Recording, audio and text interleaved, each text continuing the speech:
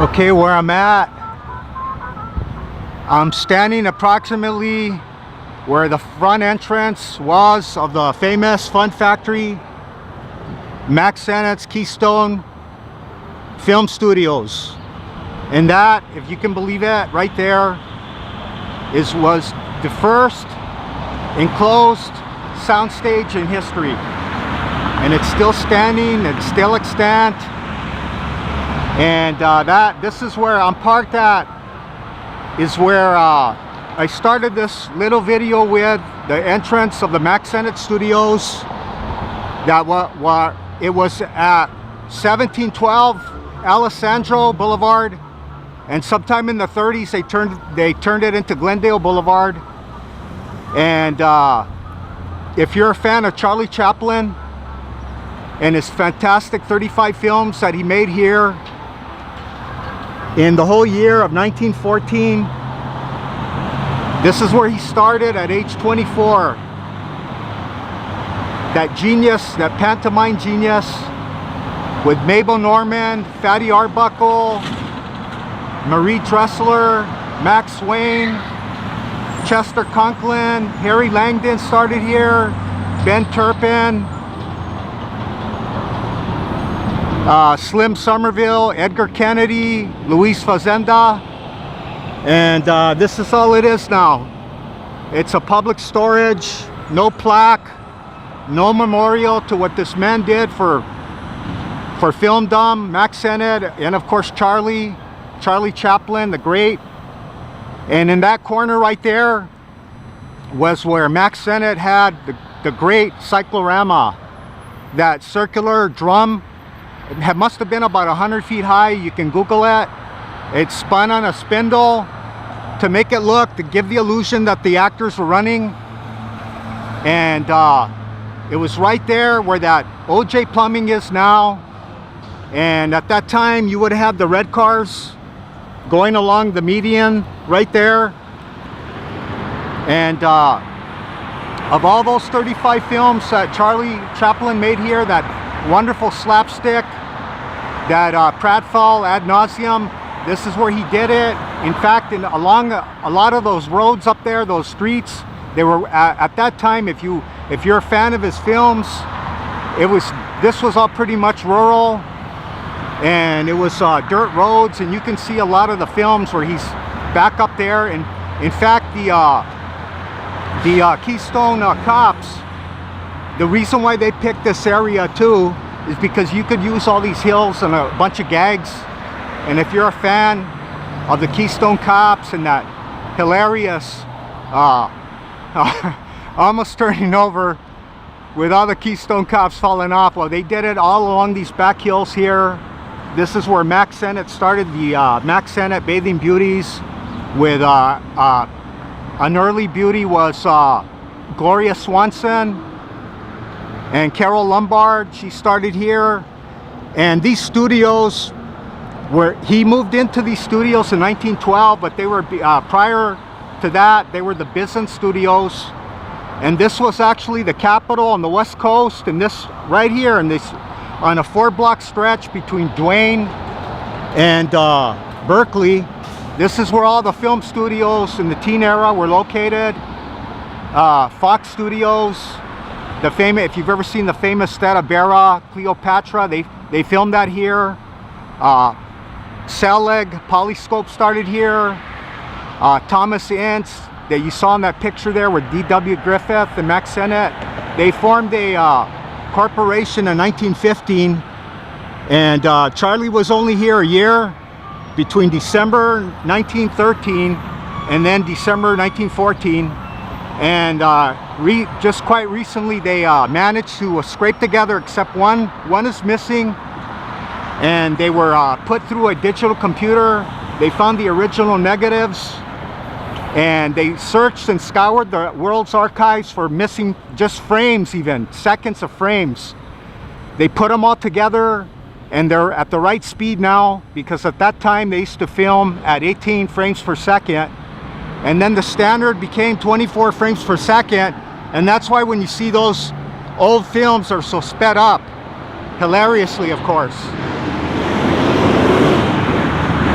Okay, when Max Sennett was here, he was here from 1912 to 1927, and then by when he moved out of here to Studio City, to where the Republic Studios are now, they were abandoned, if you could believe it, and they were just sitting here. And then when the Great Depression hit, they couldn't find anybody to lease the property, so in 1932 this whole place completely burned down, and it was 5 acres on both sides of this street right here at what once was Alessandro Boulevard, and it completely burned down, except for luckily the first enclosed movie studio stage.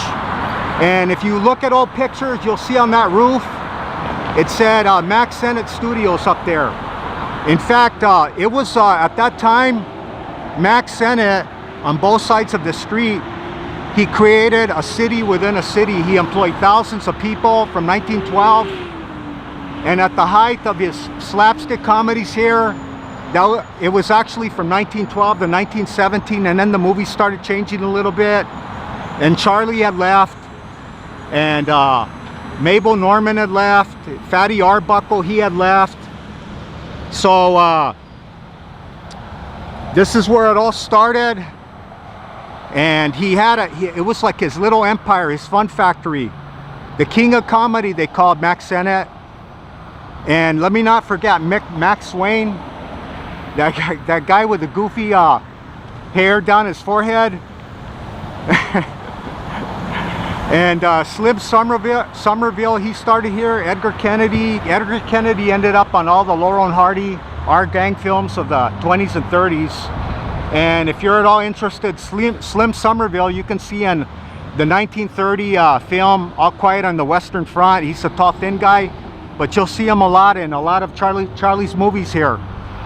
Anyway, they said that at that time period, Max Sennett, he built a huge tower with his office on the top, and he had like a marble bathtub, and he used to take a bath, and I don't know exactly where that was, that tower, but he used to look as a duke down upon all his domain and his little empire here. He had a cafeteria, had restaurants, he had his own generating station, his own set making factory. They'd make everything from stage sets to cars, to just create everything in his shops. He had his own machine shops. Just a city within a city, like they said at that time. And when Charlie started here, he started out making $150 a week for 3 months, and then the rest of the year he only made $175. But man, fantastic. And thanks to those geniuses that pieced together, scoured the world for those tiny frames that collectors in their archives had, pretty much all the films look perfect. And if you're at all interested, Charlie's first movie here was called Making a Living, and then the second one called Mabel's Strange Predicament. That's the film where Charlie finally donned his classic costume, the bowler hat, and those spats sometimes he'd wear. And then and if he took off his jacket, he'd only have that front panel, the white panel. And then when he'd get in a fight, his collar would always come unbuttoned, because they had button collars back then. And then all they had was like detachable cuffs. It was hilarious. He was always drunk, and I loved it when he'd walk in and he was always smoking that cigarette. And then he'd go in his room, because back then they used to have pigs on the wall, and I always loved how he'd take off his jacket and pretend that there was, or like thinking that there was a pig there. Man, what history this place made. If it wasn't for Mack Sennett, we wouldn't have had Charlie Chaplin, obviously, and Fatty Arbuckle. Too bad. What happened to him in his career totally got ruined. And he was actually innocent, found innocent, but it was too late back then. He lost his reputation, and he was married to an actress here that Charlie had starred in a lot of his films here, Minna Durfee. And yeah, this is where it all started. Marie Dressler, Ford Sterling. Fantastic films. I'm just sorry that there's no plaque here or any memorial or even a statue. But like I always say, in a lot of these films, Los Angeles is a very, very cynical town. There's no really sense of history here, and not even an ounce of appreciation of what happened here and what built the city up. In fact, they tear everything down. And but luckily, at least the first sound stage in history is still here, right there. The first enclosed film stage in history, if you can believe it. You film fans, and maybe just you regular old fans of popular culture of the 20th century.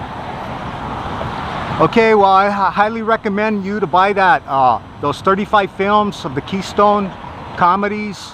And he also, when he left here, he went to a place called SNA in Chicago, and he was there for a year. And then he quit them after a year, and then he went to Mutual.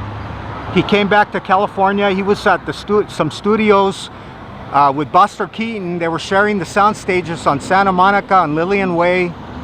And then from there he went to First National, but none of it. He only made about 8 or 12. But here, this is where he performed his craft. Old Charlie, his slapstick. In my opinion, I think his best films were done here. I love the slapstick. So, and those videos that you can buy now, those DVDs, you can get them in. They come as a combination where you can either watch them in Blu-ray or you can get the regular DVD. Okay, wow, Charlie Chaplin, wherever you're at, and Mack Sennett.